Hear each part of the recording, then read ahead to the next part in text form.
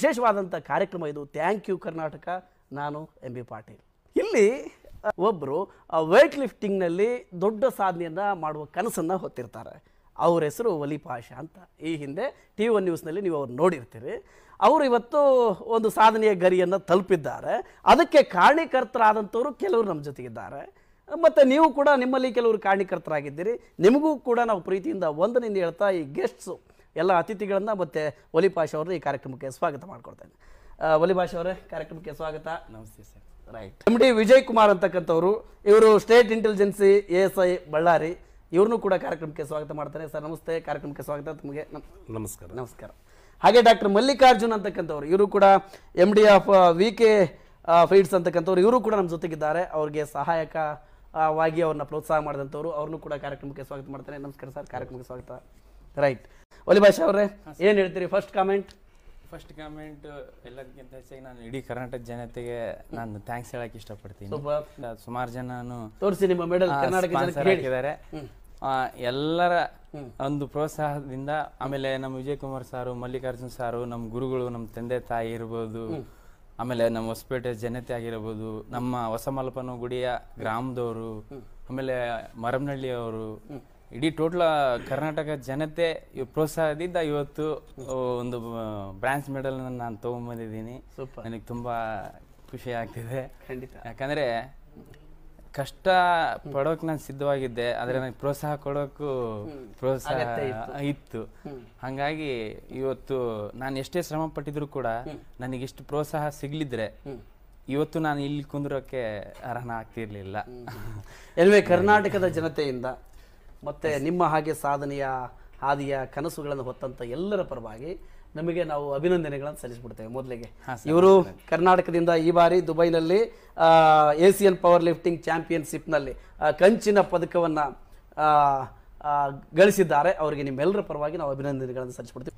Sir, ವಲಿ Pasha Asian championship 2018 ದುಬೈನಲ್ಲಿ ಕಂಚಿನ ಪದಕ ತಂದಿರೋದಕ್ಕೆ ತುಂಬಾ ಧನ್ಯವಾದಗಳು. ಅದೇ ಸಮಯದಲ್ಲಿ ನಮ್ಮ ಭಾರತ ದೇಶಕ್ಕೆ, ನಮ್ಮ ರಾಜ್ಯಕ್ಕೆ, ನಮ್ಮ ಜಿಲ್ಲೆಗೆ, ನಮ್ಮ ತಾಲೂಕ್ಗೆ ಕೀರ್ತಿ ತಂದಿದ್ದಾರಂತೆ. ತುಂಬಾ ಸಂತೋಷ ಆಗ್ತಾ ಇದೆ. Okay sir. ಹಾಗೆ ವಲಿ ಪಾಷಾ ಅವ್ರಿಗೆ ಏನು ಹೇಳ್ತೀರಿ ವಿಜಯ್ ಕುಮಾರ್ ಅವ್ರ ಬಗ್ಗೆ? ಸರ್, ವಿಜಯ್ ಕುಮಾರ್ ಸರ್ ಆಮೇಲೆ ಮಲ್ಲಿಕಾರ್ಜುನ್ ಸರ್ ಅಂದ್ರೆ ನನಗೆ ಇವರಿಬ್ಬರು ಸಾರ್ಗಳಿದ್ದಾನೆ ನನಗೆ ಏನಾದ್ರು ಒಂದು ಮೋಟಿವೇಶನ್ ಅಂತ. ನಾನು ಏನಾದ್ರು ಬಳ್ಳಾರಿಯಿಂದ ಬಂದ್ರ ಸರ್? ಇಲ್ಲ, ನಮ್ಮ ಇವರು ಮಲ್ಲಿಕಾರ್ಜುನ್ ಸರ್ ಬಂದು ಹೊಸಪೇಟೆಯವರು, ನಮ್ಮ ಹತ್ರದಲ್ಲಿ ಇರ್ತಾರೆ. ನಾನು ಏನ್ ಬೇಕಾದ್ರೂ ಡೈರೆಕ್ಟ್ ಇವ್ರ ಹತ್ರನೇ ಹೋಗ್ತೀನಿ. ಆಮೇಲೆ ನನ್ ಏನೇ ಕಷ್ಟ ಅಂತ ಬಂದಾಗ ಮಲ್ಲಿಕಾರ್ಜುನ್ ಸರ್, ವಿಜಯ್ ಕುಮಾರ್ ಸರ್ ಇವ್ರಿಬ್ರು ಸಪೋರ್ಟ್ ಮಾಡ್ತಾ ಬಂದ್ರೆ ಇಬ್ರು ಬಿಟ್ರೆ ನಾ ಎಲ್ಲೂ ಹೋಗಲ್ಲ. ಯಾಕಂದ್ರೆ ನಾನು ಇವತ್ತು ಏಷ್ಯನ್ ಮಾಡ್ಬೇಕಂದ್ರೆ ಇಬ್ಬರು ಸಾರ್ಗಳಿದ್ದಲ್ಲೇ ನಾನು ಇವತ್ತು ಇಲ್ಲಿವರೆಗೆ ಬಂದಿರೋದು. ಯಾಕಂದ್ರೆ ಪ್ರಾಕ್ಟೀಸ್ ಕಷ್ಟಪಟ್ಟು ಮಾಡ್ತೀವಿ, ಅದಕ್ಕೆ ಸರಿಯಾದ ಫುಡ್ಗಳು ಬೇಕು. ಚಿಕನ್, ಎಗ್ಸು, ಬೇಕಾದಷ್ಟು ಫುಡ್ ಇರ್ತೈತೆ. ಯಾಕಂದ್ರೆ ಸುಮ್ಮನೆ ಕಷ್ಟಪಟ್ಟು ನಾವು ಪ್ರಾಕ್ಟೀಸ್ ಮಾಡಿದ ತಕ್ಷಣ ಎನರ್ಜಿ ಬಿಲ್ಡ್ ಆಗಲ್ಲ. ಪ್ರಾಕ್ಟೀಸ್ ಜೊತೆಗೆ ಫುಡ್, ರೆಸ್ಟ್, ಇದು ಒಂದು ಸ್ಪೋರ್ಟ್ಸ್ ಮ್ಯಾನ್ ಅಂದ್ರೆ ಒಂಥರ ಮಗುಗ್ ಸಾಕ್ದಂಗೆ. ಹೌದು, ಜಾಸ್ತಿ ಅವ್ರಿಗೆ ಹೀಟ್ ಆಗಂಗಿಲ್ಲ, ಕೋಲ್ಡ್ ಆಗಂಗಿಲ್ಲ, ಜಾಸ್ತಿ ರೆಸ್ಟ್ ಕೊಡಂಗಿಲ್ಲ, ಜಾಸ್ತಿ ಟಯರ್ಡ್ ಆದಂಗಿಲ್ಲ. ಈ ತರ ಇದು ಎಲ್ಲ ಅಬ್ಸರ್ವ್ ಮಾಡಿ ನನ್ನನ್ನ ಮೋಟಿವೇಶನ್ ಕೊಟ್ಟಿದ್ದು ಮಲ್ಲಿಕಾರ್ಜುನ್ ಸರ್ ಆಮೇಲೆ ವಿಜಯ್ ಕುಮಾರ್ ಸರ್. ಕರೆ ಮಾಡಿದಾರೆ ಅನ್ಸುತ್ತೆ. ನಮಸ್ತೆ, ತಮ್ಮ ಹೆಸರು, ಎಲ್ಲಿಂದ ಕರೆ ಮಾಡ್ತಾ ಇದ್ರಿ ತಾವು? ಸರ್ ನಮಸ್ತೆ, ನಾವು ಬೆಳಗಾಂ ಡಿಸ್ಟ್ರಿಕ್ಟ್ ದಿಂದ ಮಾತಾಡೋದ್ರಿ. ಜಯಗೌಡ ಪಾಟೀಲ್. ಜಯಗೌಡ ಹೇಳ್ರಿ. ಜಯಗೌಡ್ರ, ಏನ್ ಅನ್ಸುತ್ತೆ ನಿಮ್ಗ ವಲಿ ಪಾಷಾ ಅವ್ರು ಗೆದ್ಕೊಂಡ್ ಬಂದಾರ ಕಂಚಿನ ಪದಕ? ಬಾಳ ಖುಷಿ ಆಯ್ತು ಸರ್. ಖುಷಿ ಆತ್ರಿ? ತುಂಬಾ ಖುಷಿ ಆಯ್ತು ಸರ್. ಅಡ್ಡಿಲ್ಲ. ಯಾಕಂತಂದ್ರೆ ಸರ್ ನಮ್ ದೇಶ ಒಂದು ಕಂಚಿನ ಪದಕ ತಂದಾರ ಅಂದ್ರೆ ದೊಡ್ಡ ಹೆಮ್ಮೆ ವಿಷಯ ಸರ್. ಖಂಡಿತ. ಅದ್ರ ಸಂಬಂಧಾಗಿ ನಾವು ಅವ್ರಿಗೆ ಶುಭಾಶಯ ಹೇಳ್ಬೇಕಂತ ಫೋನ್ ಹಚ್ಚಿದ್ವಿ ಸರ್. ಅವ್ರಿಗೆ ಸರ್ ಓಕೆ, ನಿಮ್ಮ ಆಶೀರ್ವಾದ ಇರ್ಬೇಕು ಅವ್ರಿಗೆ, ಸಹಕಾರ. ಇಲ್ಲ ಸರ್, ಅವ್ರಿಗೆ ದೇವರ ಆಶೀರ್ವಾದ ಐತ್ ಸರ್. ಇನ್ನೂ ಅವ್ರ ಮುಂದಿನ ಇದಕ್ಕೆ ಹೋಗ್ತಾರೆ ಸರ್. ಒಳ್ಳೇದು ಒಳ್ಳೇದು, ಧನ್ಯವಾದ, ಥ್ಯಾಂಕ್ ಯು. ರೈಟ್. ಏನ್ ಹೇಳ್ತೀರಿ ವಲಿ ಪಾಷಾ ಅವರೇ? ನಿಮ್ಗೆ ಏನು ಶುಭಾಶಯಗಳ ಸುರಿಮಳೆನೇ ಕೇಳಿ ಬರ್ತಾ ಇದೆ ಸರ್. ಇದು ಇಷ್ಟೊಂದು ನನಗೆ ಶುಭಾಶಯಗಳು ಇಡೀ ಕರ್ನಾಟಕ ಜನತೆ ಇದ್ದ ಸಿಗುತ್ತಂತ ನಾನು ಯಾವತ್ತೂ ಎಕ್ಸ್ಪೆಕ್ಟ್ ಮಾಡಿರಲಿಲ್ಲ.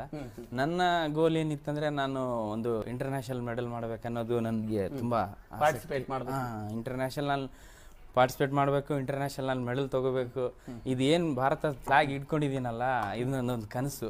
ನಾನು ಮೆಡಲ್ ಮಾಡಬೇಕು, ಈ ಥರ ನಾನು ಫ್ಲಾಗ್ ಹಿಡ್ಕೋಬೇಕು, ನಾನು ಏನಾದರೂ ಒಂದು ಮಾಡಲೇಬೇಕಲ್ಲ ಅಂತ ಅಂದ್ಕೊಂಡಾಗ ನಾನು ಸುಮಾರು ವರ್ಷ, ನಾನು ಈಗ 16 ವರ್ಷ ಪ್ರಾಕ್ಟೀಸ್ ಮಾಡೋಕ್ಕೆ ನನಗೆ ಸರಿಯಾದ ಮಾರ್ಗ ಸಿಗಲಾರದ ಕಾರಣ ನಾನು ತುಂಬ ವರ್ಷದ ಕಾಲ ಆಮೇಲಿದ್ದ ನಾನು ಯೋಚನೆ ಮಾಡಿದಾಗ ನನ್ನ ದಾವಣಗೆರೆಯಲ್ಲಿ ಕುಮಾರ್ ಸರ್ ಅಂತ ಹೇಳಿ ನನಗೆ ಕೋಚ್ ಒಬ್ಬರು ಸಿಕ್ಕರು.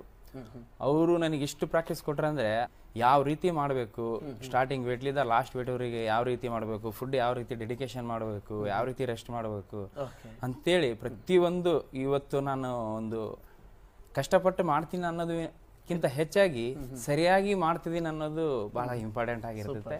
ಯಾಕಂದರೆ ಕಷ್ಟ ಸುಮ್ಮನೆ ಪಡೆದ್ರಲ್ಲಿ ಕೂಡ ಅಷ್ಟೇ ಮುಖ್ಯ ಆಗುತ್ತೆ. ತುಂಬ ತುಂಬ ತುಂಬ ತುಂಬ ಯಾಕಂದರೆ ನಾನು 15 ವರ್ಷ ಮಾಡೋಕ್ಕಾಗ್ಲಾರ್ದ ಇರೋದನ್ನ ನನ್ನ ಕೈಲಿ ಮಾಡಿ ತೋರಿಸಿದ್ರು.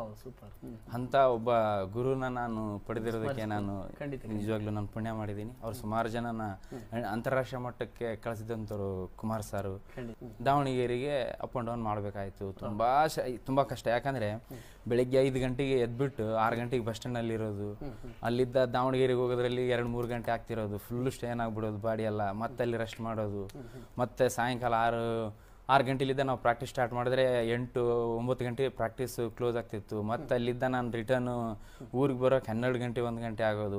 ಭಾಳ ಕಷ್ಟಪಟ್ಟೆ. ಇವ್ರಿಗೆ ನಿನಗೆ ಇಷ್ಟು ಪ್ರಾಕ್ಟೀಸ್ ಕೊಡಿಸಿದ್ರೆ ಅಂದರೆ ಅವರೇ ಹೋಗಿ ಏನಾದರೂ ಮಾಡ್ತಿದ್ದಾರೆ ಅನ್ನೋಷ್ಟು ನನಗೆ ಒಂದು ಗೈಡೆನ್ಸ್ ಕೊಟ್ಟು ಇವತ್ತು ನಾನು ನನ್ನ ಕಷ್ಟಪಡೋ ಶ್ರಮ ನನ್ನಲ್ಲಿ ಇತ್ತು. ಯಾವ ರೀತಿ ಮಾಡ್ಬೇಕನ್ನೋದು ಇದ್ದಿಲ್ಲ.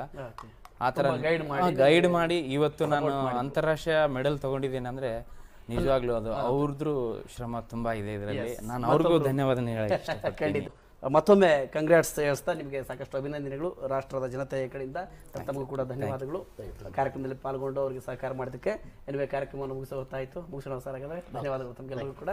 ಎಸ್ ವೀಕ್ಷಕರೇ, ಬಹಳ ಪ್ರಮುಖವಾಗಿ ಇವತ್ತಿನ ಪವರ್ ಲಿಫ್ಟಿಂಗ್ನಲ್ಲಿ ಕಂಚಿನ ಪದಕವನ್ನು ತಂದು ರಾಷ್ಟ್ರ ಮಟ್ಟದ ಕೀರ್ತಿಯನ್ನು ತಂದಿರತಕ್ಕಂಥ ಒಲಿ ಭಾಷಾ ಅವರಿಗೆ ಸಹಕಾರವನ್ನು ಕೊಟ್ಟಂಥ ಎಲ್ರಿಗೂ ಮತ್ತು ನಿಮಗೂ ಪ್ರೀತಿಯಿಂದ ಶುಭಕಾಮನೆಗಳನ್ನು ಹೇಳ್ತಾ ಇವತ್ತಿನ ಕಾರ್ಯಕ್ರಮವನ್ನು ಮುಗಿಸೋಣ. ಇವತ್ತಿನ ವಿಶೇಷ ನೋಡ್ತಾ ಇರಿ ಟಿವಿ1 ನ್ಯೂಸ್, ಸದಾ ನಿಮ್ಮೊಂದಿಗೆ. ಏಷ್ಯಾ ಖಂಡದ ಬಹುತೇಕ ದೇಶಗಳ ಸ್ಪರ್ಧಿಗಳು ಪಾಲ್ಗೊಳ್ಳಲಾಗಿ ಹೊಸಪೇಟೆ ತಾಲೂಕಿನ ಹೊಸ ಮಲಪನಗುಡಿ ಗ್ರಾಮದ ವಲಿ ಭಾಷಾ ಎಂಬ ಯುವಕ 3ನೇ ಸ್ಥಾನ ಪಡೆಯುವ ಮೂಲಕ ದೇಶ, ರಾಜ್ಯ, ಜಿಲ್ಲೆ ಹಾಗೂ ವಿಜಯನಗರ ಕ್ಷೇತ್ರಕ್ಕೆ ಕೀರ್ತಿ ತಂದಿದ್ದಾರೆ. ದುಬೈನಲ್ಲಿ ಏಷ್ಯಾ ಮಟ್ಟದ ಬೆಂಚ್ ಪ್ರೆಸ್ ಚಾಂಪಿಯನ್ಶಿಪ್ ಸ್ಪರ್ಧೆಯನ್ನ ಆಯೋಜಿಸಲಾಗಿತ್ತು. ಈ ಸ್ಪರ್ಧೆಯಲ್ಲಿ ತಾಲೂಕಿನ ಹೊಸ ಮಲಪನಗುಡಿ ಗ್ರಾಮದ ವಲಿ ಭಾಷಾ ಎಂಬ ಸ್ಪರ್ಧಿ ಭಾರತ ದೇಶದಿಂದ ಪ್ರತಿನಿಧಿಸಿದ್ದರು. ಹೀಗೆ ಉತ್ತಮ ಪ್ರದರ್ಶನ ನೀಡಿದ ವಲಿ ಭಾಷಾರವರು ಸೀನಿಯರ್ ವಿಭಾಗದ 66 ಕೆಜಿ ತೂಕದ ವಿಭಾಗದಲ್ಲಿ 135 ಕೆಜಿ ಭಾರವನ್ನ ಎತ್ತುವ ಮೂಲಕ ತೃತೀಯ ಸ್ಥಾನ ಪಡೆದು ದೇಶಕ್ಕೆ ಕೀರ್ತಿ ತಂದಿದ್ದಾರೆ.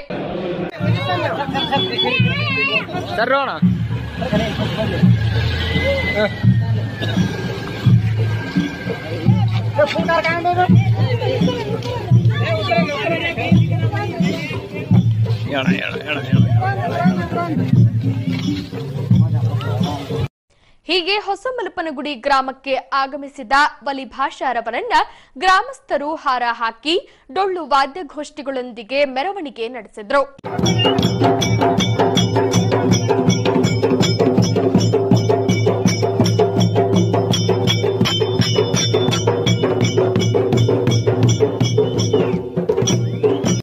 ಇನ್ನು ಯುವಕರು ದುಶ್ಚಟಗಳಿಗೆ ದಾಸರಾಗದೆ ವಲಿ ಭಾಷಾರವರ ಸಾಧನೆ ನೋಡಿ ನೀವು ಏನಾದರೂ ಸಾಧನೆ ಮಾಡಿ ದೇಶಕ್ಕೆ ಕೀರ್ತಿ ತರುವಂತೆ ಹೊಸ ಮಲಪನಗುಡಿ ಗ್ರಾಮದ ಮುಖಂಡರೊಬ್ಬರು ಯುವ ಸಮೂಹಕ್ಕೆ ಕರೆ ನೀಡಿದರು.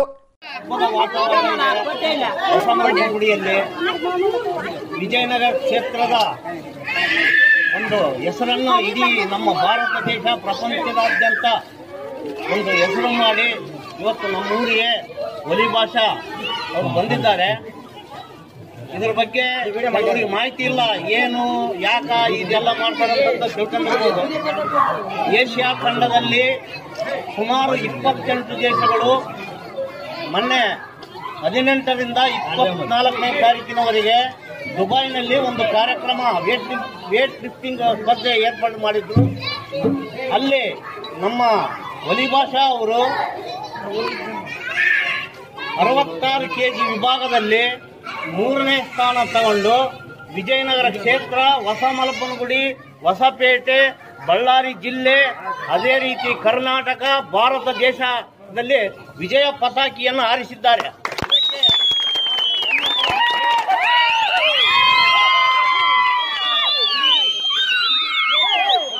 ಇಡೀ ದೇಶ ಹೊಸ ಮಲಪನಗುಡಿ ಅಂದ್ರೆ ಇವತ್ತು ತಿರುಗಿ ನೋಡುವಂತ ದಿನಗಳು ಬಂದವ. ಇನ್ನು ಮೇಲೆ ಇಲ್ಲಿ ಎಲ್ಲ ಯುವಕರು ಬಹಳ ಜನ ಇದ್ದಾರೆ ನಮ್ಮ ಊರಲ್ಲಿ. ಪ್ರತಿಯೊಬ್ಬರು ಒಲಿ ಭಾಷಾ ಆಗಬೇಕು ಅಂತಂದೇಳಿ ಈ ಮೂಲಕ ನನ್ನ ಮನವಿ ಮಾಡಿಕೊಳ್ತೀನಿ. ದಯಮಾಡಿ ಒಳ್ಳೆ ಒಂದು ಕ್ರೀಡೆಯಲ್ಲಿ ಒಂದು ಹೆಸರು ಯಾವ ರೀತಿ ತಂದಿದ್ದಾರೆ ಅದೇ ರೀತಿ ಇಲ್ಲಿ ಇನ್ನು ಹೊಸ ಮಲಪನಗುಡಿ ಯುವಕರು ಬಹಳ ಜನ ಇದ್ದಾರೆ. ದಯಮಾಡಿ ಗುಂಡು ಹೊಸೆದನ್ನು ಬಿಟ್ಟು ಬ್ಯಾರೆವನ್ನು ಬಿಟ್ಟು ಇಂಥ ಒಂದು ಕ್ರೀಡೆ ಮಾಡಿದ್ರೆ ಎಷ್ಟು ಗೌರವ ಇರ್ತೈತೆ ಎಂಬುದು ತಿಳ್ಕೊಳ್ರಿ. ಜಗಳ ಆಡಬಾರ್ರಿ.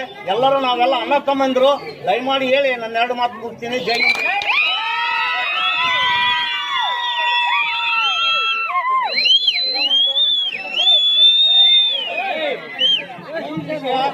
ಈಗ ಆತ 14ನೇ ತಾರೀಕಿನಿಂದ ನಮ್ಮೂರು ಬಿಟ್ಟಾನ. ಇವತ್ತು ನಮ್ಮೂರಿಗೆ ಬಂದನ. 14ನೇ ತಾರೀಕಿನಿಂದ ಅದಕ್ಕಿಂತ ಮುಂಚಿನ ದಿನಗಳು ಆತ ಕಷ್ಟಪಟ್ಟಂತ ಒಂದು ತನ್ನ ಜೀವನದಲ್ಲಿ ಈ ಒಂದು ಇವತ್ತಿನ ಪ್ರಶಸ್ತಿಗೆ ಪಾತ್ರನಾಗೇನಲ್ಲ, ಅಲ್ಲಿ ಏನೇನು ಕಷ್ಟಪಟ್ಟ ಅದರ ಅನುಭವಗಳು ನಮ್ಮ ಹತ್ರ ಹಂಚ್ಕೊಳ್ತಾನ. ದಯಮಾಡಿ ಶಾಂತ ರೀತಿಯಾಗಿ ಒಂದು ಸ್ವಲ್ಪ ಕೇಳೋ ಮಾತುಗಳನ್ನು ನೀವು ಕೇಳ್ರಿ.